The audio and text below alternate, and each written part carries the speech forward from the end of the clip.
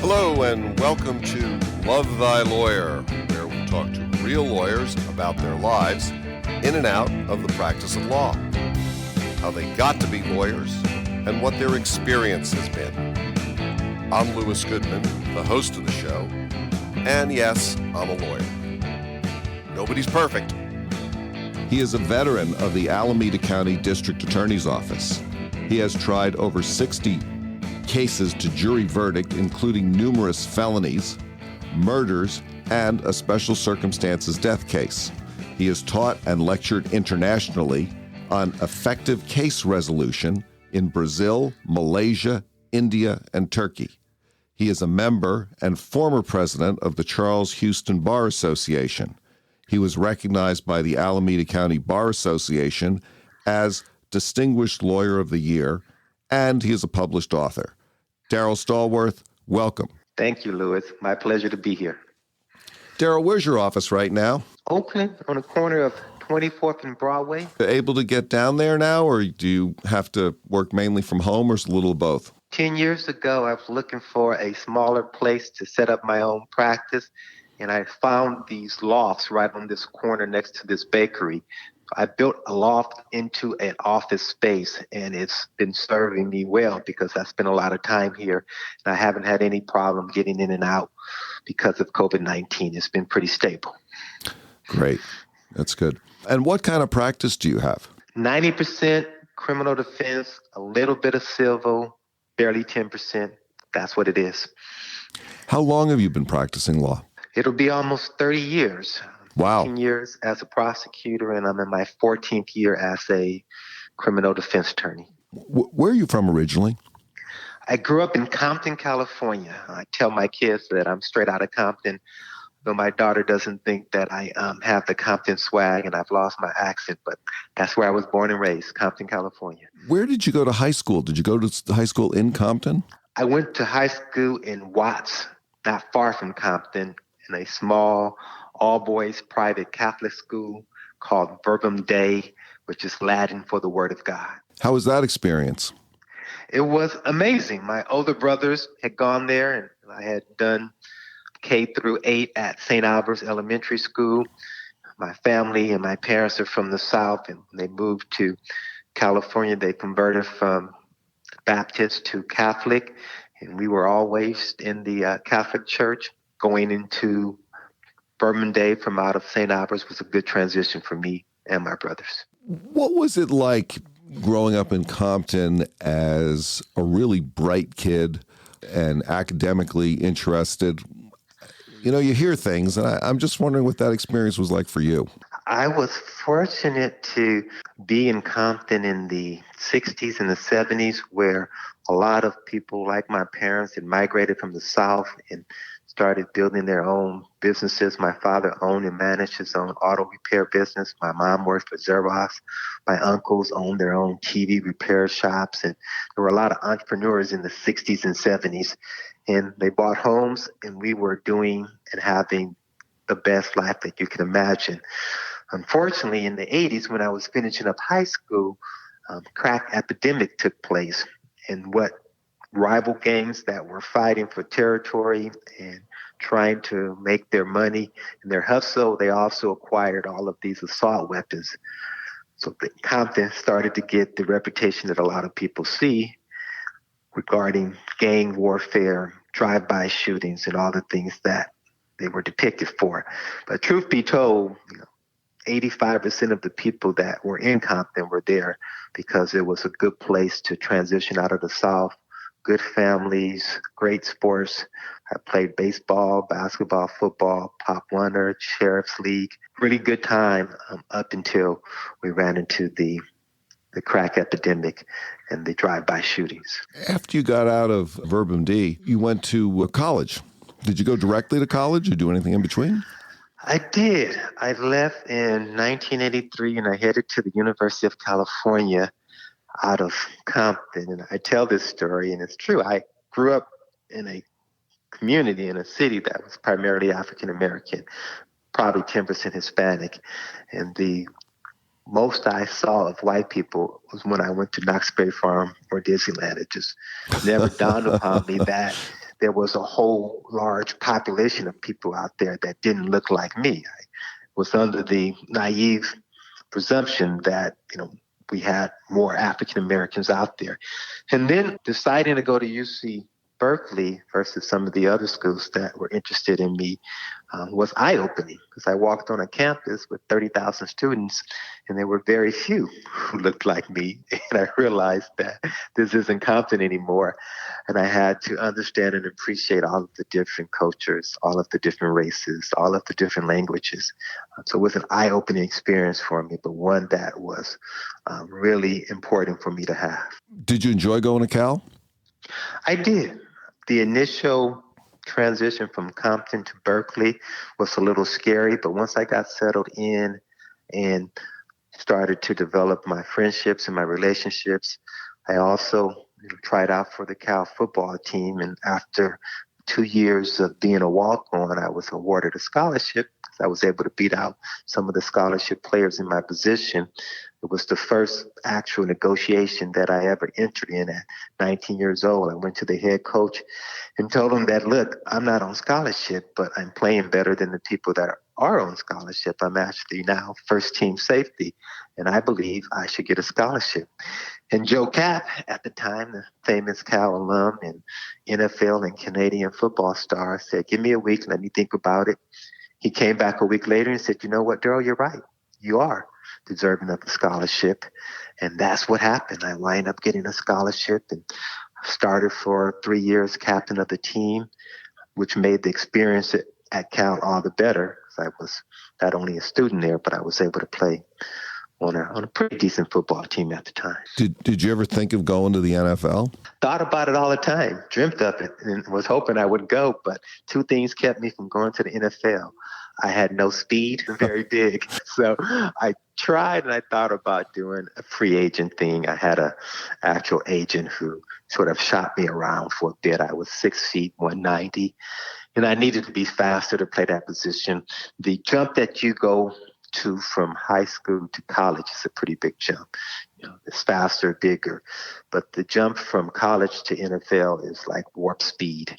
If you aren't fast enough to keep up with the speed and the size of the people in the NFL, then you're not going to last very long. So I decided to change my time and use my time and my resources to get into the work field and think about what I wanted to do regarding graduate school.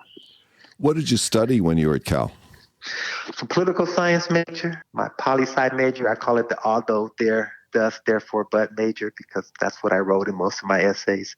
Although, communist politics are different than what they used to be, they are still having problems with dealing with Eastern Europe and all of the different things that take place. I developed a pretty good niche at being able to write, analyze, and use logic to get my point across. But what I learned, as many people who are letter and science majors, is when you finish college, typically you have to have something more than just a degree in political science to make a living. When I finished at Cal, I decided I needed to get into graduate school in order to elevate and get into a place where I could do more and find me a career. Is that when you started thinking about going to law school? Yeah, I actually was, and I had applied to become a highway patrol officer. I was thinking about going into the Oakland Police Department. My older brother had finished Loyola Marymount with a business degree, but he was excited about being a police officer, so he signed up for LAPD and had talked to me about doing that. And I had gone through the background check and was getting ready to make my way to one of those academies. But while I was doing that, I was working for a law firm called Harding Cook, Ingo, and Burgess. Really good people, a lot of the Cal alums in that law firm. And they said, hey, have you thought about law school? Did you think about whether or not you wanted to do that? And it had been in the back of my mind. I had internship at the LADA's office the summer before my senior year of high school. I watched the Hillside Strangler trial, got really excited about trial work, but I didn't know a lot of people who were lawyers. Nobody in my family had gone to law school, so it wasn't something that was very tangible for me. But sometime soon after graduating and working in that law firm, I said, let me give it a shot. Let me apply. Let me see if I can get in. Let me see if I can afford it. So I started to develop an interest in going to law school. And before I knew it, I had signed up to start at UC Davis. Did you take any time off between the time you graduated from Cal and the time you went to Davis? I should have, but I didn't. I finished Cal in the fall of 1987. I started working in the January of 1988, and actually I worked for a year before I started law school in 1989. So when I say take time off, I wish I had taken, a year off and spent it in Europe or some foreign country, just sort of learning more about the world. But I worked right through it and wound up heading right into law school in the fall of 89. So when you got to law school, I assume that you were really pretty clear that you wanted to be a lawyer, that this was the profession you wanted to go into. I did, but my thoughts were that I was going to go to law school and get a job at some big law firm and make a lot of money and go back to LA and drive a Porsche up and down the one like those lawyers on LA Law. Ideas of being this, rich, famous lawyer. It wasn't until I got to law school and I realized that the areas of law that you need to practice in order to do those things weren't very interesting to me. I became really interested in evidence, criminal procedure, criminal law. And when I got a taste of moot court and being on the mock trial team, I just fell in love with trial work. My whole idea of why I was going to law school changed after being there for about a year. You've been practicing law for quite a while now, as we've already established. And what is it that you really enjoy about practicing law? Because, you're a bright guy. You could do whatever you wanted, really. I enjoy learning something new almost on a daily basis. I enjoy being able to help people, to serve, whether it was when I was a prosecutor, helping witnesses get ready for trial, helping victims and surviving victims of crimes understand what we were about to do and why we were doing it. And then for the last 14 years as a defense attorney, helping people get through one of the most difficult times in their lives. Being able to provide some calm in the midst of the storm, being able to help put out some of the fires that are going on in people's lives.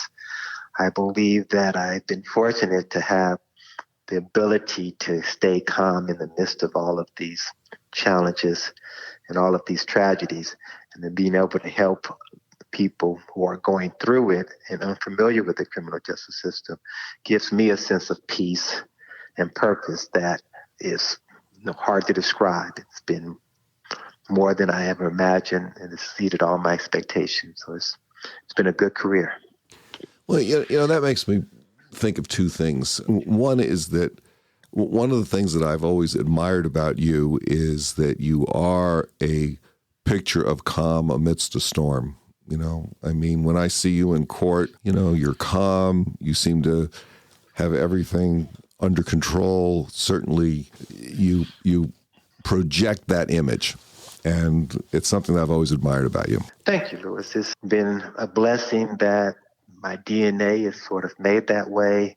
I've practiced making sure that what I do is purposeful and intentional. I do a lot of yoga. I do a lot of running.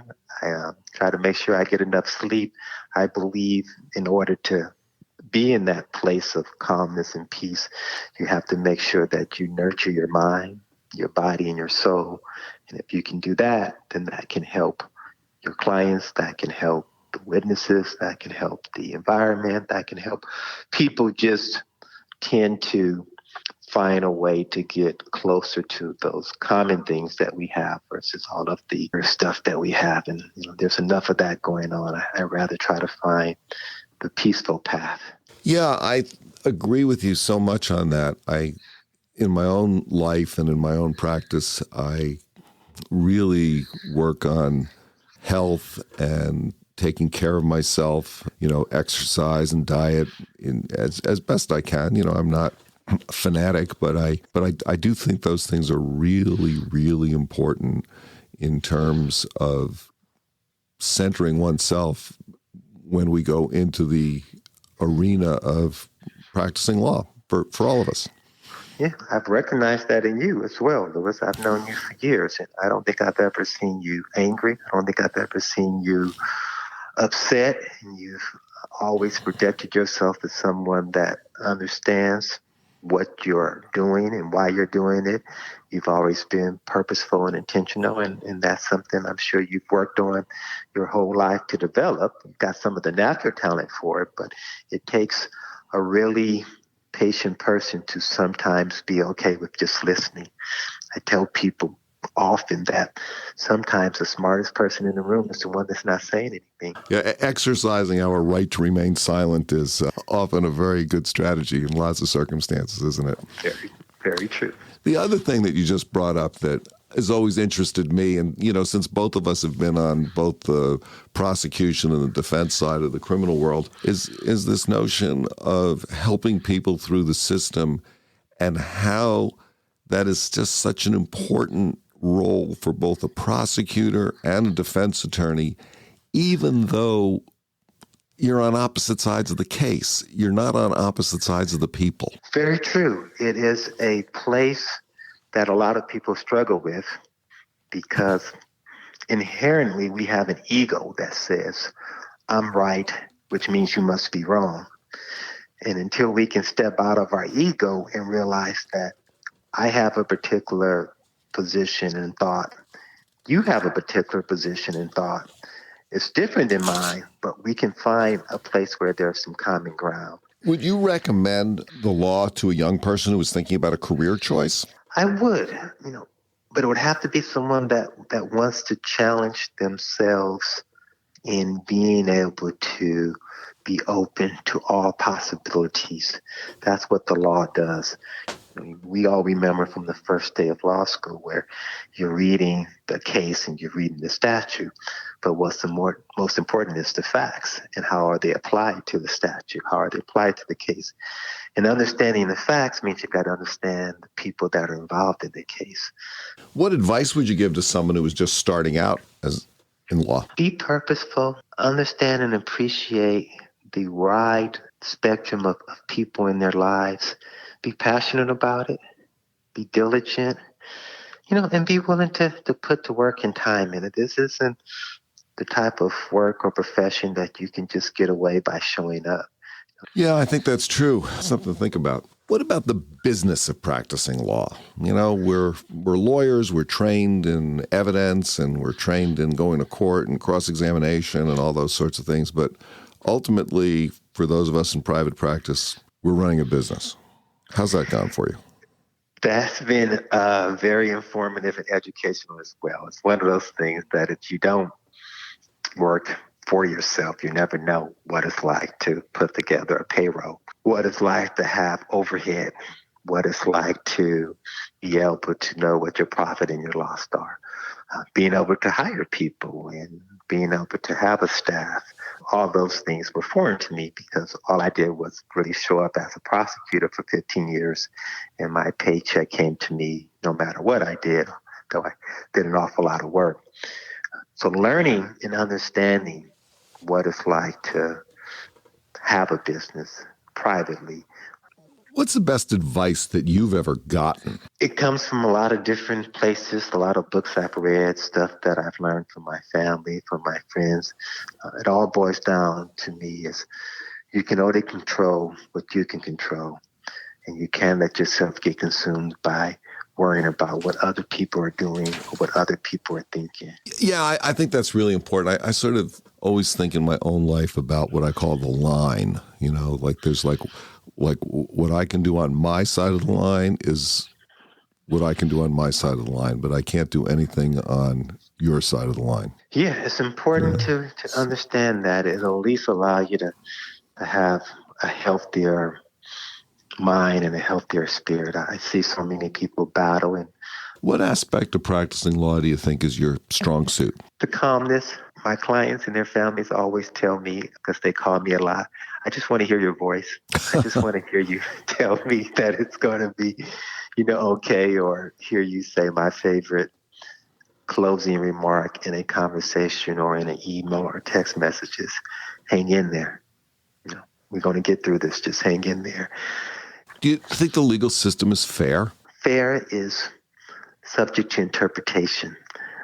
I believe that in any particular case, there's some fairness that's taking place, but obviously there's some things that have taken place and some things that are happening that aren't very fair. Now, I know that you've written a book, and I'm wondering if you could tell us a little bit about the book that you wrote and what prompted you to do that and what it's about.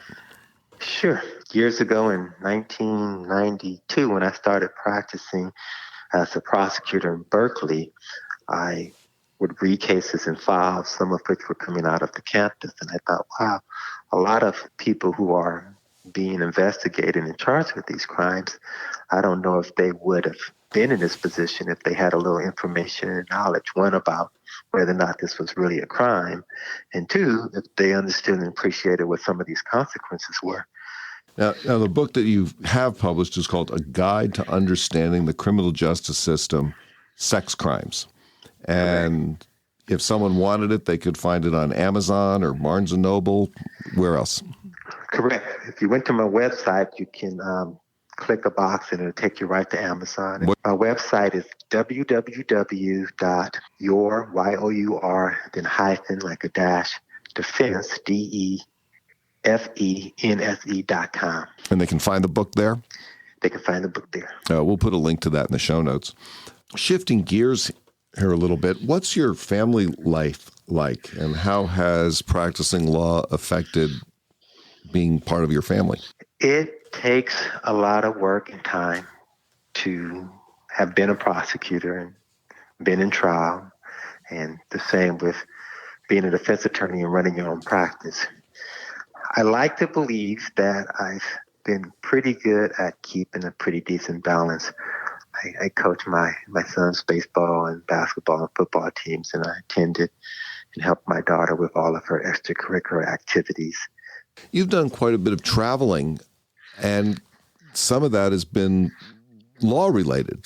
What's that about? Yeah, I was fortunate years ago to be a part of a group of lawyers and judges who went to different countries to help them understand the power of plea bargaining. Was there any place that you particularly enjoyed, that you really liked being there?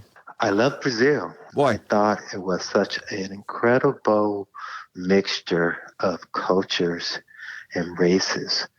Let's say you came into some real money, a few $1 billion. What, if anything, would you do differently in your life? I would spend more time working with our young people. When I say young people, I mean 3-4 year, from preschool, kindergarten, all the way through. I believe if we're going to have a healthier country, we have to create healthier kids, healthier in the schools, healthier in their nutrition, healthier in their peer groups, healthier in their social groups, healthier in their community. Say you had a magic wand. You could change one thing in the world, in the legal world or otherwise. What would that be? I would change the way we see people. I would change our caste system. I would change our beliefs that a person is less than another person because of their biological features. And I would, if I had a magic wand, just wipe away all of that nonsense and this horrible history we have of how we have seen people and how we treated people, and have everybody just look at each other as humans and be judged and evaluated on your character and your integrity and your purpose rather than any physical feature, any racial feature, any cultural feature, any particular preference. Just see us who we are. Darryl Stallworth, thank you so much for joining me this afternoon on Love Thy Lawyer. It's been a privilege to talk to you. Same here. Privilege to talk to you, Louis. Thank you. That's it for today's episode of Love Thy Lawyer. If you enjoyed listening, please share it with a friend and subscribe to the podcast. If you have comments or suggestions, send me an email. I promise I'll respond. Take a look at our website at lovethylawyer.com, where you can find all of our episodes, transcripts, photographs, and information. Thanks as always to my guests who share their wisdom, and to Joel Katz for music, Bryan Matheson for technical support, and Tracy Harvey. I'm Louis Goodman.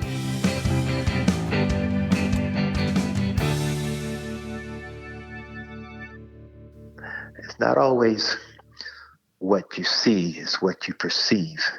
And if you understand just that fundamental thing, that perception and background plays a big role